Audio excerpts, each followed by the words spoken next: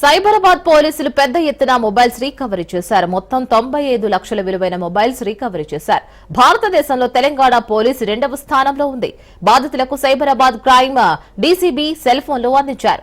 బాధితులకు సెల్ ఫోన్లు పోయిన వెంటనే CEIR పోర్టల్లో లేదా స్థానిక పోలీస్ స్టేషన్లో ఫిర్యాదు చేసుకోవాలని సూచించారు. నిర్లక్ష్యం వహిస్తే పోగొట్టుకున్న ఫోన్లతో పాటు అకౌంట్లలో ఉన్న డబ్బు కూడా పోగొట్టుకుంటారని హెచ్చరించారు. గూగుల్ పే, ఫోన్ పేలకు సంబంధించిన పాస్వర్డ్లను పర్ఫెక్ట్ గా ఫర్గెట్ కొట్టి డబ్బు చోరీ చేస్తున్నట్లు తెలిపారు.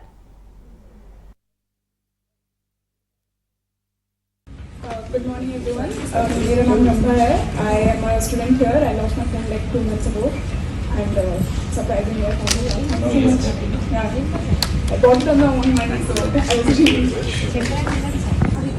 that shows firstly we are happy that the money what we have spent has been given back to me, but that actually shows the efficiency of the police department, and it's a great event which this I encourage you because it gives a lot of confidence to the public.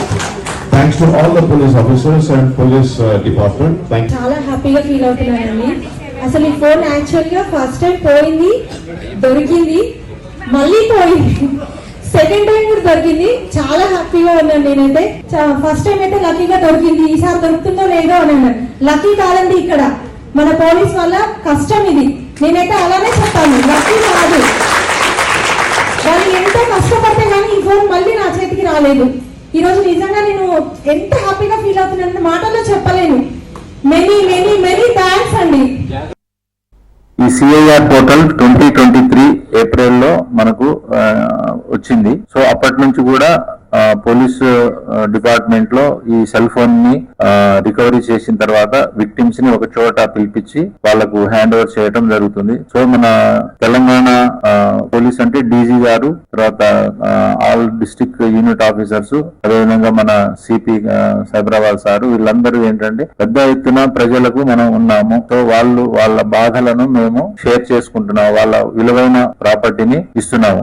ఒకటి మనం ఏమవుతుందంటే మామూలుగా మనకు cell మనం పోతుంటే ఒక cell దొరుకుతుంది, మనకు ఎక్కడ ఒక సీట్ మీద మామూలుగా రోడ్ మీద దొరుకుతుంది. జనరల్ గా మనిషి హ్యూమన్ టెండెన్సీ ఏముంటదంటే తీసి జేబులో పెట్టుకుంటాం, ఎందుకంటే జర కాస్ట్లీ ఉంది, దీన్ని వాడుకోవచ్చు అని అనుకుంటాం. కానీ అతనికి ఈ టెక్నాలజీ ఉంది, దీన్ని ఇట్లా పట్టుకుంటారు అని చెప్పేసి తెలియదు. ఇప్పుడు మేము మీ ఫోన్ ఎట్లా ట్రాక్ చేసినాం అనమాట. సో ఈ యొక్క పోర్టల్ యొక్క ఉద్దేశం ఏంటంటే సత్వరంగా మేము ఇప్పుడు దాదాపు 310 మొబైల్స్ ఇప్పుడు ఈ సెవెంత్ ఫేజ్ లో రికవరీ చేయడం జరిగింది.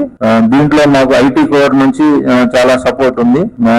తర్వాత ఇన్స్పెక్టర్ ఉన్నాడు ఆంజనేయులు గారు అని చెప్పేసి వాళ్ళ టీము, అట్లా CCS నుంచి కూడా CCS మా మాదాపూర్ టీము, తర్వాత బాలానగర్, తర్వాత మెడ్చల్, రాజేంద్ర నగర్, శంషాబాద్ 310 ఫోన్లు ఈ 7వ ఫేజ్ లో రికవరీ చేయడం జరిగింది.